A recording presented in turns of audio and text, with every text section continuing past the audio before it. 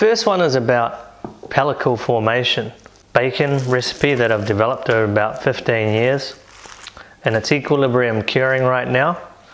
When I take it out, it'll be left on a plate or hung up and just left for about 8 to 24 hours so that it dries out and gets a little bit tacky on the outside. If you do this after you've cured and then you do the cold smoking, you get this kind of like binding of protein on the outside, and that will mean that the smoke vapor adheres to it better, more smoke flavor as well. So that is number one. Number two, I've learned from really trial and experimentation. I've cold smoked some things for 30 or 40 hours and doing it in multiple sessions. And what I've figured out is for my bacon, I like a balance of about 4 to 6 hours of cold smoking and then the resting.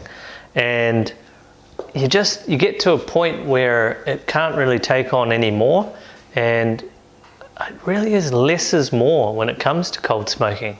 That's number two. One thing people start to learn when they get into cold smoking, and I picked up on it, is you've got to rest things. If you're curing meat and then you're going to be curing, cold smoking, and then you've got to let it permeate, let it sort of wrap it up or put it in a container, and what will happen is it'll just sort of develop more flavor. So giving it at least like minimum 4 hours. I like to do 8 hours. It's like really good to get more of the smoke flavor. When the cold smoke's like being pumped out, it's one thing people don't realize is that it's actually the vapor. It's not the smoke.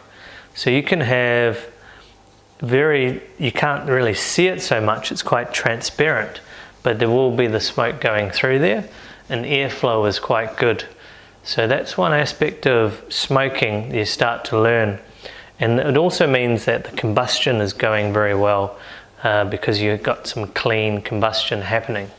If you've got whatever way you're pumping out the smoke and you've got it going directly onto the meat, sometimes it can be not so good. You get some sort of bitterness because it's just too direct, and all that vapor, all that stuff, all that flavor is just hitting it a bit hard. So being a bit more indirect with where you place the smoke, whether it's like a pellet tube or smoke generator, that's pretty important too.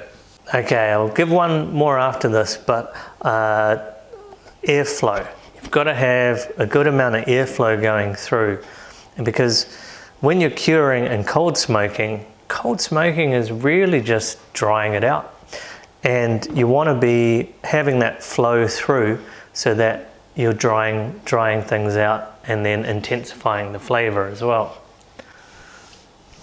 So if you're interested in like cold smoking and charcuterie and dry curing, that's what this channel's all about. One thing a lot of people don't realize as well is cold smoke, and the reason why it's traditionally was used thousands and thousands of years ago is that it carries antibacterial and antifungal properties. So it kept the bugs and flies and all that away from it. If you want to check out some more of a guide on cold smoking, I'll put a link to more of a detailed video. So check that out. Cheers. Bye.